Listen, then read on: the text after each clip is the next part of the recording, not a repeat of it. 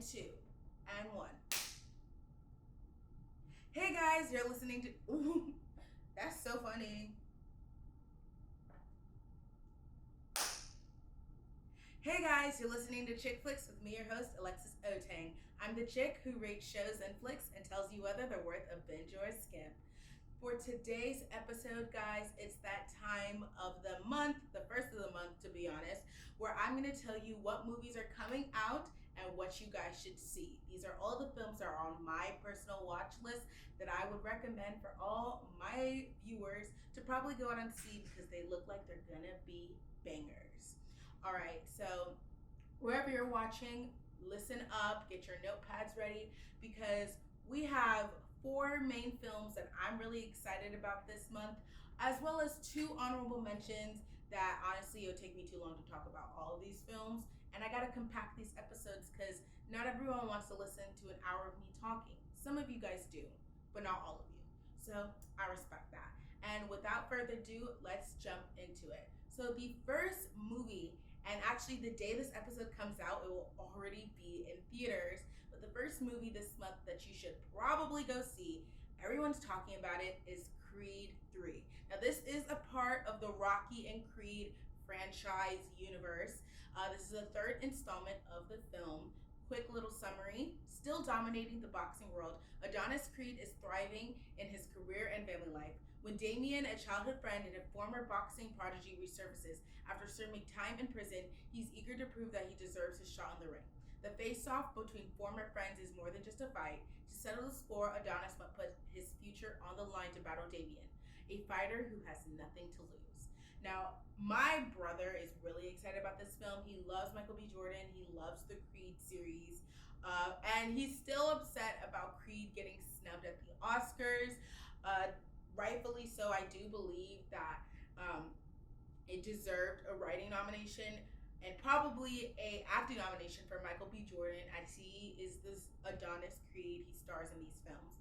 This is really exciting though because Creed 3 is Michael B. Jordan's directorial debut. He actually directed this movie. And the previous Creed films was directed by Ryan Coogler and Steve Caple Jr. And so it's really interesting to see how he's going to be able to be on screen, act in a film, and now also direct. A lot of directors have done it before, but not a lot are successful at it. So hopefully this is a knockout for Mr. Michael B. Jordan. You know I love that man. Everyone loves that man. But yeah, this is his first time directing. It's his directorial debut. So really excited for it. As you already know, he stars as the Creed, Adonis Creed. But this film also is going to have the returning faces of like Tessa Thompson as Bianca.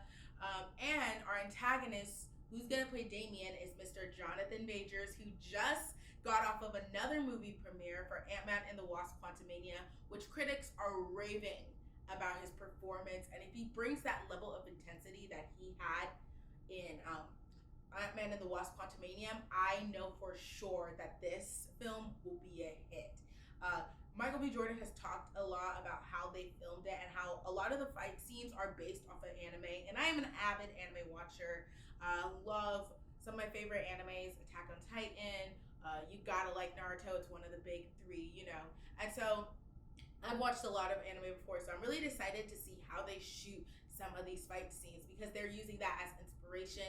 And like one of my favorite animated scenes that kind of is like a fight scene is Kenny versus Levi in Attack on Titan. I think it was season 3.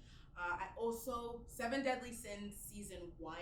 That first episode when they throw the spear and then Meliodas catches it. That shit was fire. So I'm really excited to see. They're probably going to use Dragon Ball Z Kai. I can't remember if he said what they're using as inspiration, but Dragon Ball Z Kai would probably be a really good reference to use. And if it's anything like that, I think we're in for a treat. Some of my impressions about what this film is going to be like. I've seen a lot of parallels to Rocky 5. As you know, Creed is in the Rocky franchise or universe, and I really went ahead and looked and watched a couple of clips looked up a bit about Rocky 5, and I kind of see a parallel between the two. They're at the point of their careers where they're opening up in both Rocky and Creator at the point of their careers where they're opening up a gym, they're training a newcomer, giving them a shot, and the newcomer kind of thinks he's all that, and he doesn't really need his little trainer. And they low-key feel responsible for their new prodigy's rise to stardom, their recklessness, and having to take the burden of being the one to put them in their place and like finally not even settle the score, but show them like who's boss, who's really the alpha male in this little relationship. And kind of in a way to stop them from becoming like an evil, even worse version of themselves if they were to win that said fight. But there's added elements of like childhood ties, guilt, because Adonis made it out of like the hood, poverty in a way, and he rose to stardom, and he got the future that I guess Damien was supposed to have. And I think Damien took the fall for him in a way, or he got caught up in the wrong things, and Adonis kind of feels guilty because of that. And so that's why he's giving this chance, but he doesn't realize what a monster Damien has become. And in some ways, there's kind of that imposter syndrome, like you're the phony, I'm actually the prodigy, and I'm actually the star, and I'm going to show you I was always going to be if I didn't get locked up in jail. I feel like that's where Damien's coming in at. So I think this film is going to be really great. A lot of people are excited for it. I really wanted to do good. I love Michael B. Jordan, and I support everything he does. And honestly, we have two like scene stealers being like the main characters in this film, Michael B. Jordan and Jonathan Majors, who is in his bag. I really feel like he's going to be booked and busy for the years to come. Like he's really establishing himself as an amazing actor. So yeah, I'm super excited, and I definitely think you guys should go see this. It comes out March 3rd, which by the time this episode comes out, it'll already be out. So definitely go and see it. The next film, we're going to try to shift into the thriller horror genre because that's right, guys, Scream 6 is coming out March 10th, and I definitely think that this is going to be a Scream that everybody is going to talk about. So, quick synopsis: the 4 survivors of the Ghostface murders leave Woodsboro behind for a fresh start in New York City. However, they soon find themselves in a fight for their lives when a new killer embarks on a bloody rampage.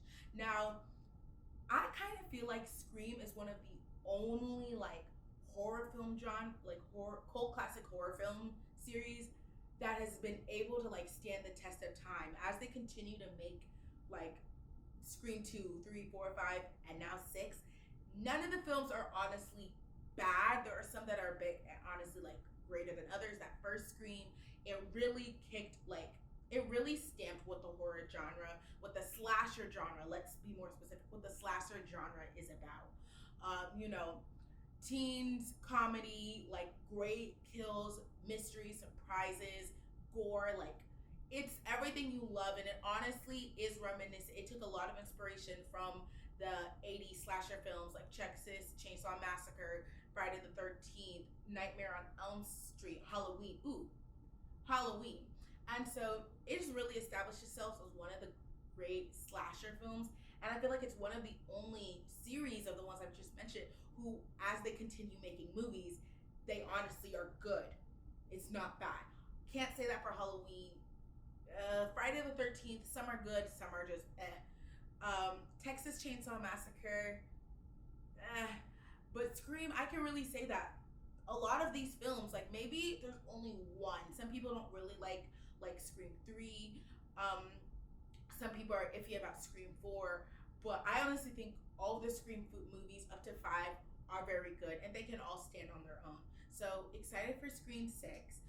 A lot of the returning cast from a lot of these past Scream films are coming back. We have Jenna Ortega, who's playing Tara Carpenter, Hayden Panettiere, Courtney Cox, who plays Gail Weathers, Melissa Barrera, Sam Carpenter, Hayden Panettiere plays Kirby Reed. We have the twins coming back, Jasmine Savoy Brown and Mason Golding. And some of my first impressions, first of all, this is going to be the first Scream film to not have Neve Campbell, which is kind of crazy, and I did some research on why she isn't in it, and she told People's Magazine she turned down her role in returning for Scream 6 because she felt undervalued. Campbell said that she would have been paid much more if she was the man in a leading franchise. And I'm like, you know what? Know your worth. I'm totally in support. Hollywood likes to lowball some of these characters who have literally helped establish the franchise that they're in. And low key, I think Nev Campbell is like the adjacent of Jamie Lee Curtis to the Halloween films. It's ballsy of them to make a Scream 6 without Nev. I'm really excited to see it because I want to see, are they going to be able to pull it off and continue their streak of being one of the only like slasher films to continue their series and it be good. And I don't know, some of these slasher films, when they start not having the character who's really like made that film franchise what it is, they kind of fall off. I can't remember Tommy Jervis. They stopped having him in like some of the Friday the 13th movies, and I swear that's kind of why. It's not. They're like continuation of sequels and things like that aren't good. She's literally like the Tommy Jarvis of Scream. She's literally the Jamie Lee Curtis of Scream. And to not have her, to not pay her what she deserves, that's a ballsy move. And I honestly hope it doesn't come back to bite them. They do have hard hitters though. They still are, which makes me think because Courtney Cox returned. So she must have been asking more than what Courtney Cox was asking. And I honestly feel like that's fair. She is the lead of Scream. Gail Weathers is an important character, but Nev Campbell, she is that bitch. Nev Campbell is the main girl of Scream. So for her to ask, I totally think it's fair for her to ask for more. Sydney Prescott is the final girl of Final Girls, I believe, because she's kick-ass and smart, and she always beats them in the end. So I personally feel like, let's see what you got, Scream 6. But let's just say the posters for Scream 6 have been so amazing. And if their movie is anything as good as their posters, they might be okay, guys. Another thing, I do get the sense that they're going to call back to all of the Scream movies of the past. I watched the trailer, and there's a scene where there's literally a shrine of, I think, all of the ghost faces that have been. Every indication, every person who's played a ghost face, I guess they're like costume and mask, which is all the same, but like, you get it. Every character had a different motivation.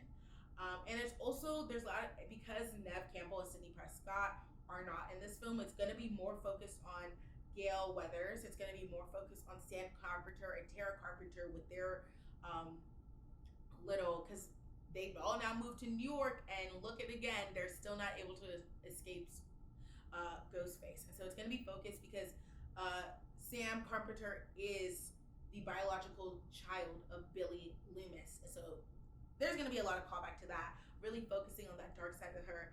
Let me call it now. It'd be interesting if like a lot of people have been guessing that I'm trying to remember Billy Loomis's accomplice, the one who's played by Michael what's it called? I'm trying to find his name. There it is. Michael Lillard, Stu. Some people theorize that Stu didn't actually die, and that Scream has been trying to find a way to write him back into the series, and it'd be really, really cool if they could. I would love to see Matthew Lillard back in the Scream franchise. So maybe he is. Let me call it here. You're here to hear first. Maybe Stu horror. You definitely got to go see Scream 6 because it's one of the most anticipated horror films this year. I think the next one, I don't know if Triple X is coming out this year. Let me look. Or it's not Triple X. It's Maxine.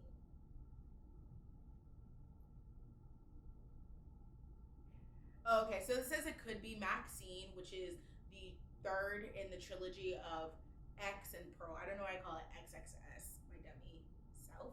Maxine probably is coming out between maybe end of 2023, 2024. So it might not come out this year, but that's like the only other film that I'm like really excited about.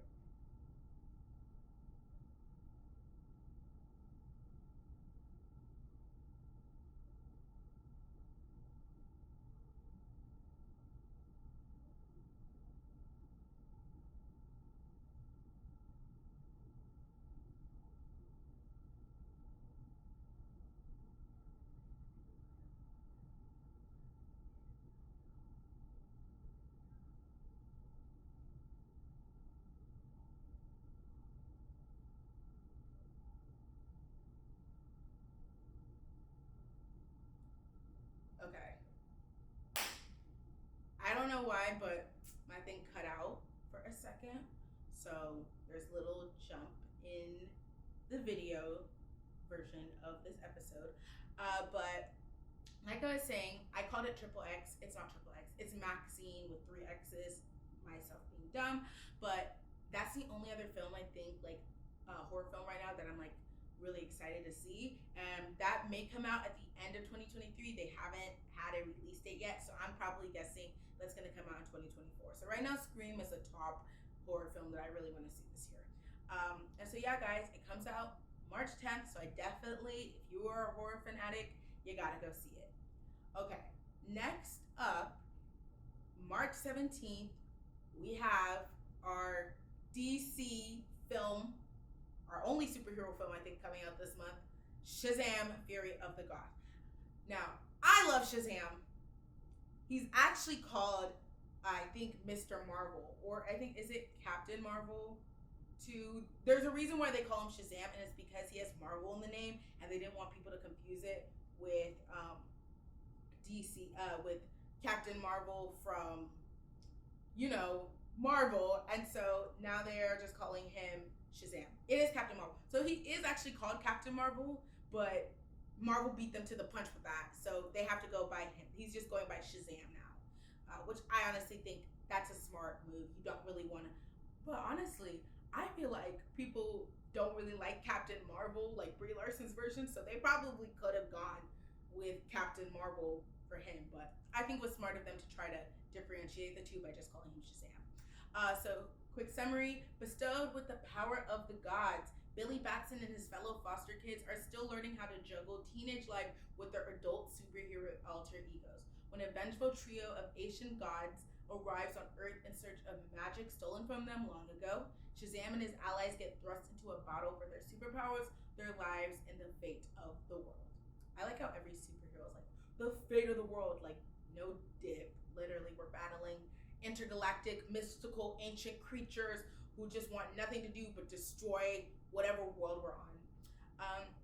Now, this is going to be directed by David F. Sandberg. He directed the previous Shazam film, and all of your favorites are returning. Zachary Levi as Shazam, or Zachary Levi, I can't ever remember, but as Shazam in the superhero form, Asher Angel as Billy Batson and Shazam in the teen form, Jack Dylan Grazer, Adam Brody, Rachel Ziegler, Lucy Liu, Megan Good, Ross Butler, Helen Mirren, and if I named every single star in this cast, we'd be here for hours. My impressions, like, dude, there is so many, like, major great actors in Hollywood. A lot of teens who are, like, suddenly and steadily making their rise. Jack Dylan Grazer, you know him from It. Asher Angel, he was in, what's that? It was that Disney Channel show. I think Andy Mack. Rachel Ziegler, like Lucy Liu, Ross Butler. He's in this movie that's also coming out this month. I'm not mentioning it, like talking about it, but it's called Perfect Edition, and it's based off a Wattpad book. I have a TikTok on how I feel about that. If you really want to know, you just need to go look at my page. Just search a little down. Not really happy about that movie coming out, but that's another topic. Let me not get on my soapbox. Helen Mirren, like I said, it is a stacked cast, and so one of the things I'm a little worried about for this film is that it might be overwhelming to have all of these characters, especially because the antagonist is not just one. It's a trio. It's all three. It's Lucy Liu, Helen Mirren, and Rachel Ziegler. So I feel like it might get a little too complicated. It might be an overload on the screen. Shazam 1 is really good. It like has a 90% Rotten Tomato score from critics, and I think like an 86 from audiences. So Shazam is like one of the only like good DC films that like in the last couple of years. There's also the DC curse, and I get naming it. I don't think people talked about it, but like I've noticed a pattern with DC, and that every superhero like single superhero movie they do that has more than one of them is bad. So like Wonder Woman 2017, great. Wonder Woman 1984, not really liked by critics. Man of Steel, liked by audiences. Batman v Superman Dawn of Justice, no, people don't like it. Suicide Squad is like one of those which The second film is better. The first Suicide Squad, ass. The second one, when they redid it, good. Justice League 2017, bad.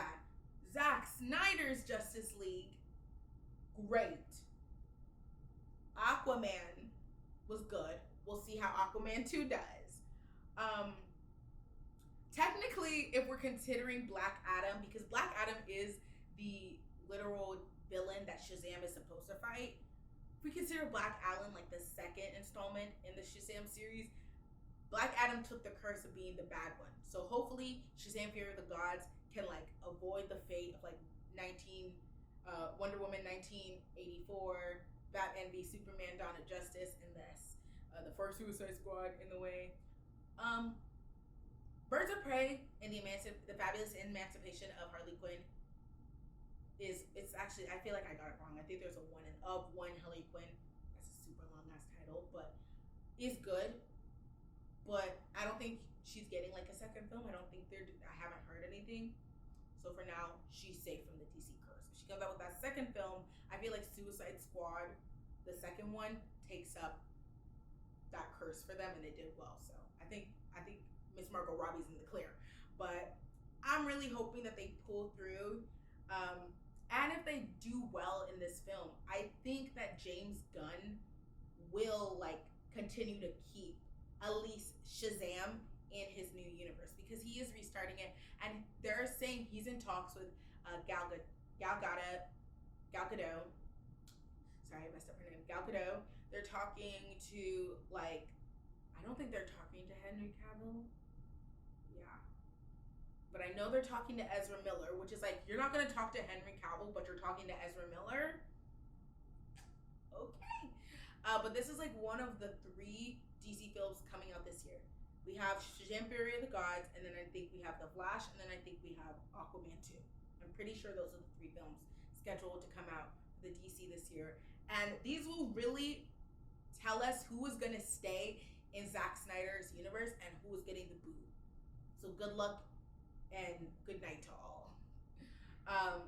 So yeah, I'm excited. I personally love Shazam. I love the whole concept.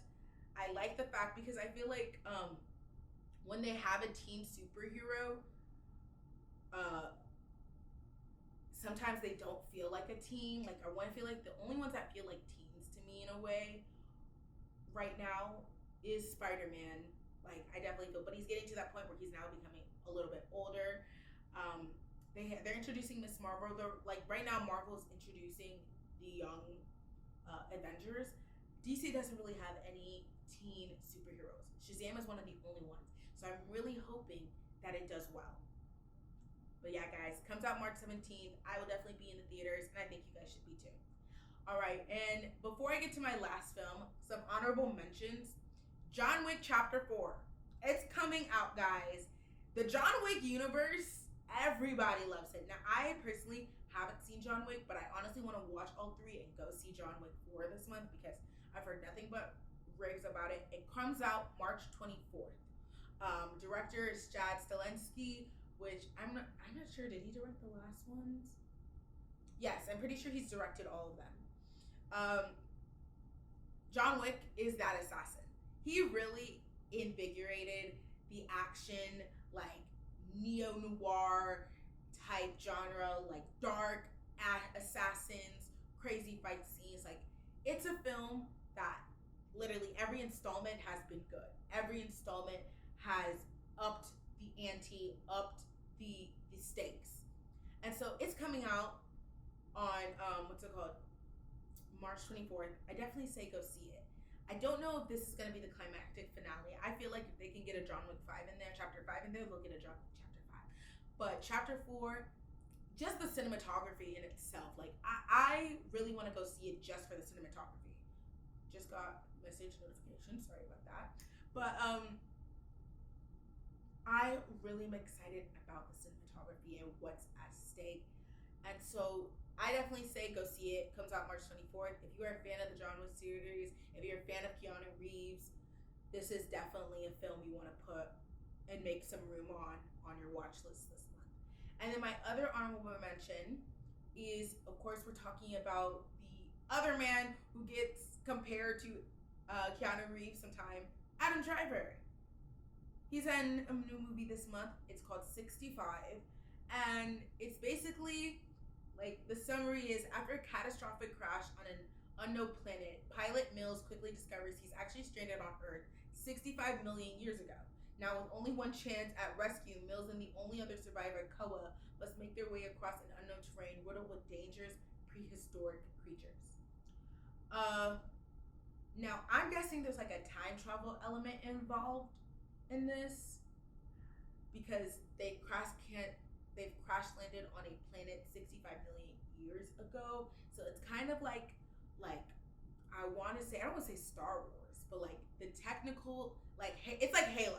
It's like Halo and Jurassic Park had a baby, and we got 65. Now it stars Adam Driver, and it has Ariana Greenblatt, who starred on Stuck in the Middle with Jenna Ortega. So there's a lot of connections this month with people in films that have connections with other people who are coming up with films this much. It's like really cool to see. But I would say if you are into dinosaurs, if you are into like action, kind of, I want sci-fi in a way, this is a film you probably want to go see. Thriller, I would also categorize it as. It comes out March 10th. So March 10th, you got to decide if you want to go see this or Scream 6. You're going to see a thriller either way, but is it going to be Scream 6 or 65? Up to you. All right, and the last film I want to talk about is Dungeons & Dragons Honor Among Thieves, which comes out March 31st.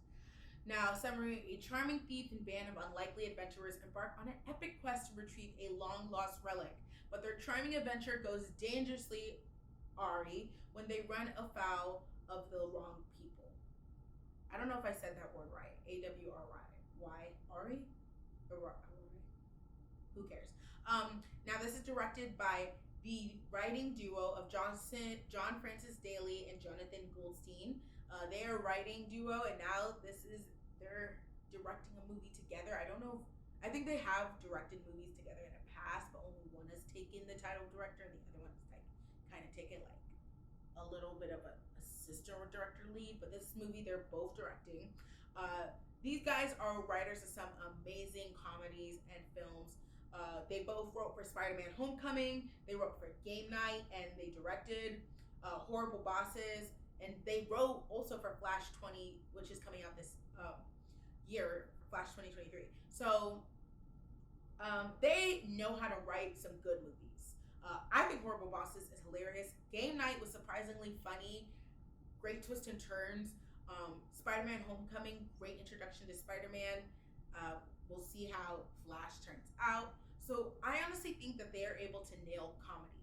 What they may run into, this is a movie based off a game.